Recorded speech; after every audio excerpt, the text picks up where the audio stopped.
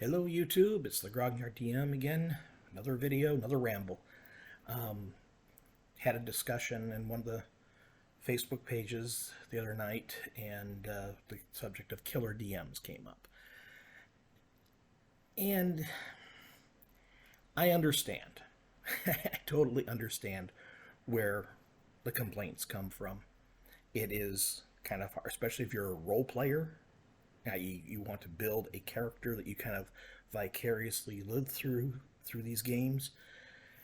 It's a little upsetting when you have a DM that goes out and doesn't matter, kills the character, and there you are. Especially if you're playing in a sci-fi, semi-demi reality-based game like a Star Trek game where there is no such thing as resurrection of the dead. Okay, it's an old concept. You've got to remember our hobby started off in wargaming. And in war games, one side wins. There is no objective referee. You've got 2 to 3, maybe sometimes 4 sides if it's a really big game. And they all may ally and work collaboratively, or it may be all out for himself. And in the early days, there was, because of that, a mindset that developed among those who took on the role of the DM that we're going to have a winner in this game. It's either going to be me or the players. And in the, in the early days, especially original D&D and first edition AD&D, where there was a lot of save or die type of situations. You got exposed to poison, savors poison, you fail it, you're dead. It was not uncommon for everybody to come to the table with a small stack of characters all rolled up, so that when one character died, you just stepped into the role of another. And you get those DMs that had that antagonistic mindset towards the players. Yes, it became the players versus the DM, and some people thrive on that kind of an arrangement. You know, how can we outfox the DM? We as a group, this one person. And it is, I mean, I've played in a few games like that, and it is a lot of fun as a player. I wonder that DMs like to run like that, because I've had players that had that attitude, and it's exhausting to try and counter everything that the players might come up with. And you do. As a DM, you wind up not pulling punches. Because the fewer players you have to deal with, the easier your game is. So,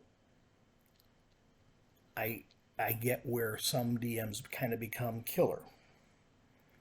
Where I don't get it, and I've known one DM like this, they would take it out. They would target a particular player's characters because he has something against the player. Case in point, the one that I knew back in the day, he would also play. And if you did something to his character in-game and you were silly enough to play in his game next, he'd target your character. Pure and simple. That I know of, the only person who never, because it was a very small group, who never got targeted by him, even though I had done it to him. And it's very simple. I didn't play in his game after I zapped him. So, it's a very, you spot those DMs because people talk about them, and you just make it a point. Oh no, I'm too busy that day, I won't be able to play. It's kind of an easy one to get around, but you just got to remember, you got to bear in mind, no matter how much you love playing the game, don't play in that person's game. As I've said before, I'm more of a collaborative or storytelling type of DM, so I don't set myself up to kill the players. If my players wind up dying in my games, it is because they made some bad choices. I'll even sometimes give them little clues that I think it might be a questionable bet. Are you sure you want to do that? But if they're convinced, sometimes they don't pick up on the clues, and I let the dice fall where they may at that point. But as a general rule, I try not to kill my characters, my players' characters. It has its drawbacks, that style of play, because players can become complacent. I'll never kill my character. So it's kind of nice, like the couple of weeks ago, where we were playing, my players were doing some tactical mistakes. So I was letting it play out the way it did. But they absolutely loved the combat. The NPC was the arcane blaster caster, was killed first round of combat because the way one player's character is built, he chose to engage in solo combat, which was in this situation not the most advisable thing to do, but there it was, and everybody let him have his solo combat until he was almost killed, knocked so far in negative hit points that he was almost dead. And that left 3 other characters, and they were all, by the time the last bad guy dropped, all in single hit points. So they were worried about a TPK that night. And it very nearly happened. And I would have, had it gone that far, I would have allowed that to happen because of the tactical mistakes that were being made, and they needed to be a little bit more aware of the tactical situation where if you are badly outnumbered, you go for damage. Don't try to be fancy, don't try to finesse. The guy who got knocked down was trying to do something he wasn't skilled in because he was trying to do basically a combination grapple and bull rush. He didn't have, it was Pathfinder, he didn't have the feats to do that, so he was provoking an attack of opportunity and he was not successful. The other guy, the player loves making called shots. And that's fine. It hasn't quite gelled into the player's mind yet that a called shot is inherently more difficult to make, and you're in a situation where you just need to do damage. You want to make sure you've got your best chance of hitting, so forget the called shots. Stop trying to be fancy. In addition, his class eventually gets a called shot feature, and until then, because it's at a certain level of expertise and he wasn't there yet, I wasn't allowing any kind of special, even if he did make a called shot, I wasn't going to allow any special considerations. It was just going to be damage. At that point, why are you making it harder on yourself? Go ahead and make the attack roll and let damage be damage. So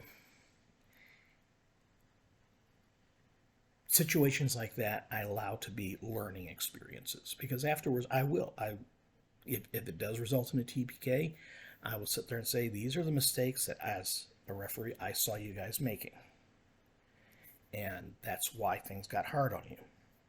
You need to be aware of what the situation is around you, just like you would in a real combat. And if you're going to go immediately after the big bad guys, which is not a bad idea in itself, but you need to put them down. You need to put them down quickly. So forget fancy stuff. Even if you had the skills for it, forget. You want to put them down, and you want to put them down now. So, they should have been pouring everything they had into their most damaging attacks rather than trying to do fancy stuff. And after the combat, and we still went over that, after the game was done and everything was resolved. But, when I've got what I think is a learning experience, I want to make sure they learn from the experience, so we discuss it. But that's because I'm, I guess, a teacher deep down, but it's also the collaborative thing. I don't want to have these things constantly crop up. Now, we do have a running gag with this particular group that first 2 groups of skeletons they encountered both exploded, which is a thing in Pathfinder. One just turned Napoleon blown apart from groovy ghoulies that just would explode and send out shards of bone. The other were burning skeletons, and they turned into little fire bombs when they were destroyed. So they kept going into melee with exploding skeletons in the first round, and that's what nearly took them down. And then the second time around, the paladin becomes strong enough that he could do a channel energy, so he just made all the burning skeletons explode. But yeah, this is what happens when you don't adventure with a cleric.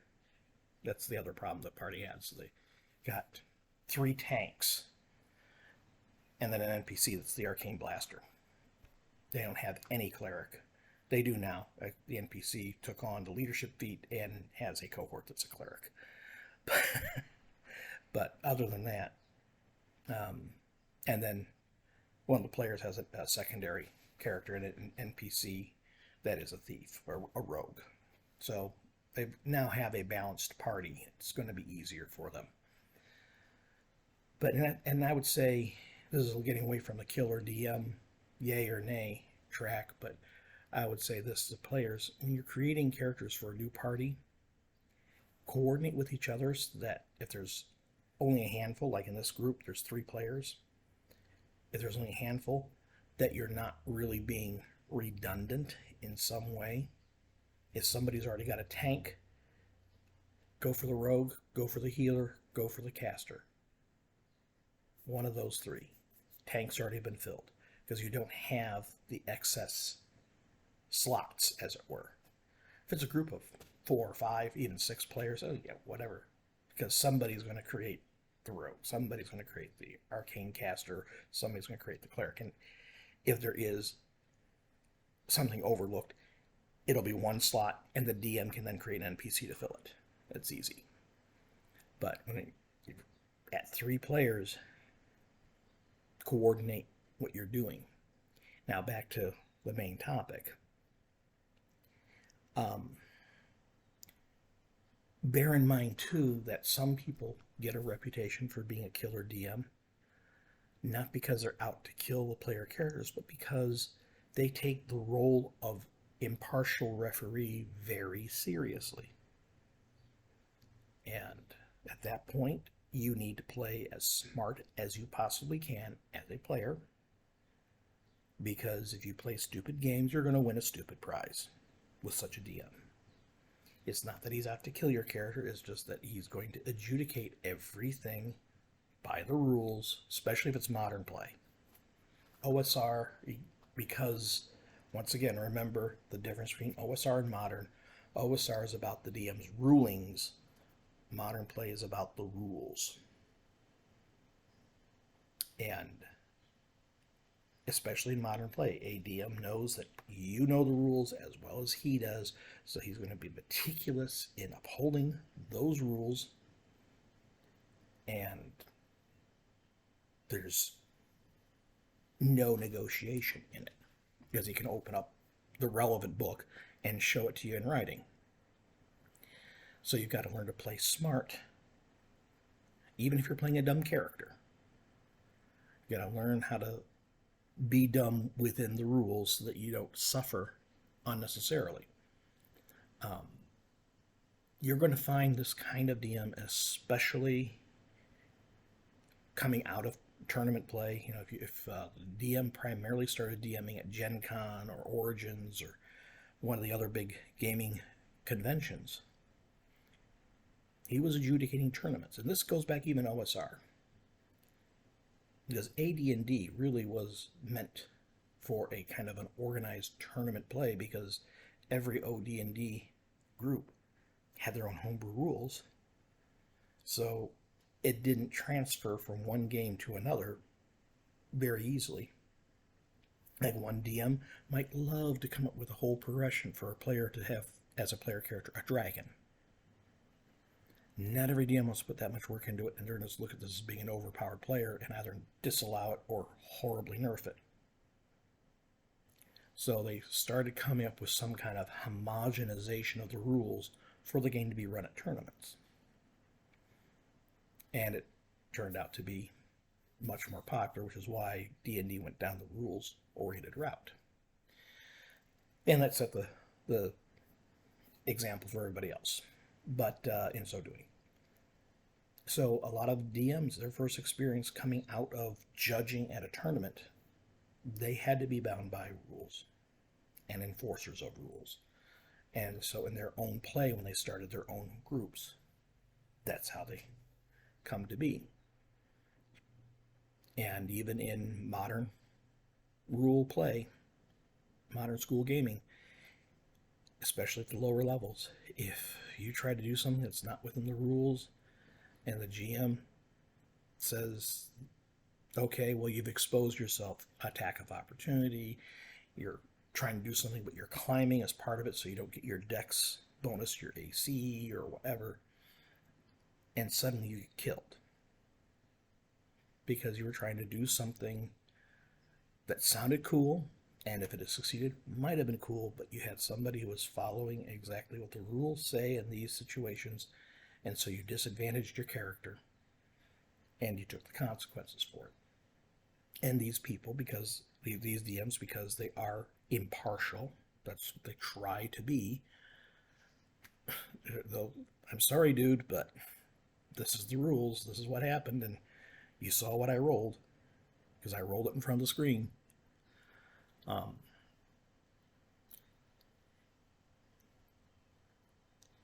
That can create a reputation for such a DM as being a killer DM.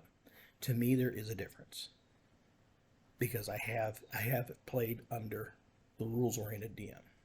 I have played under the killer DM, and I'll tell you right now, I prefer the DM who kills you because he's being a stickler for the rules over the DM who's going to kill you because that's what he's out to do. He's out to win the game. And honestly, it's a role-playing game.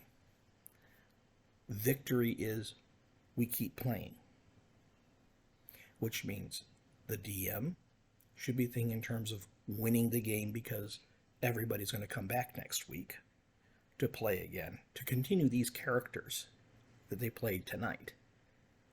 Not to create a whole, not to be playing a whole new batch of characters. All their characters die.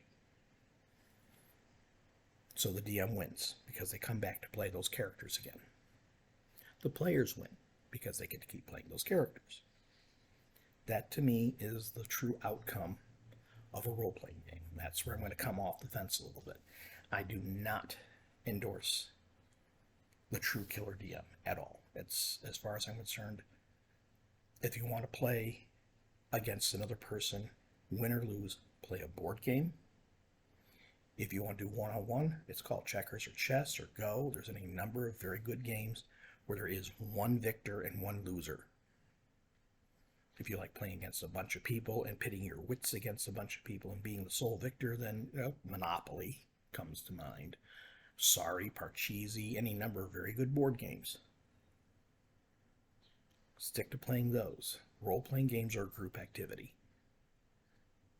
And you're all part of the same group. It's not you against them. It's not them against you. So if I'm going to play under a killer DM, I'd rather have one that has that reputation because he follows the rules over one that has a reputation because he goes for the jugular every time. Obviously, my personal preference would be the kind of player or kind of DM that I like to run under, or the kind of a DM that I am when I'm a player, which is the collaborative storyteller type, who involves the players in the story that's being told and allows them to shape it and somehow impact it, even if the story goes in a way he didn't foresee it as he was picturing it, because player actions are player actions. Now we kind of harken back to the railroading, but at least if the DM that's railroading is trying to tell a story, he's not trying to kill the characters. And that's probably pretty much all I got to say about the killer DM. Obviously, if it's a true killer DM, I don't have a lot positive to say about it. I've run into them. They do exist. Some people enjoy that style of play. I don't. And there are some that have the reputation of being killer DMs that do so only because they follow the rules. And if more players would do likewise, learn the rules as well as the DM does, and learn to play them to their character's advantage, they're not going to die as often. Simple fix. So, people who unjustly have the killer DM reputation, I have no problems playing under them.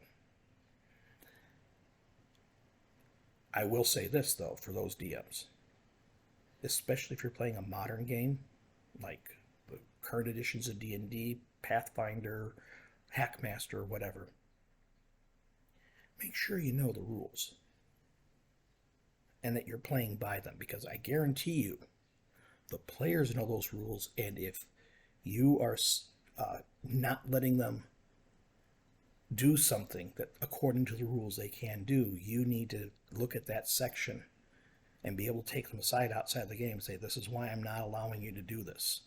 Point it out in the rules, not because you say so, but because it's in the rules somewhere. And the players will misinterpret rules.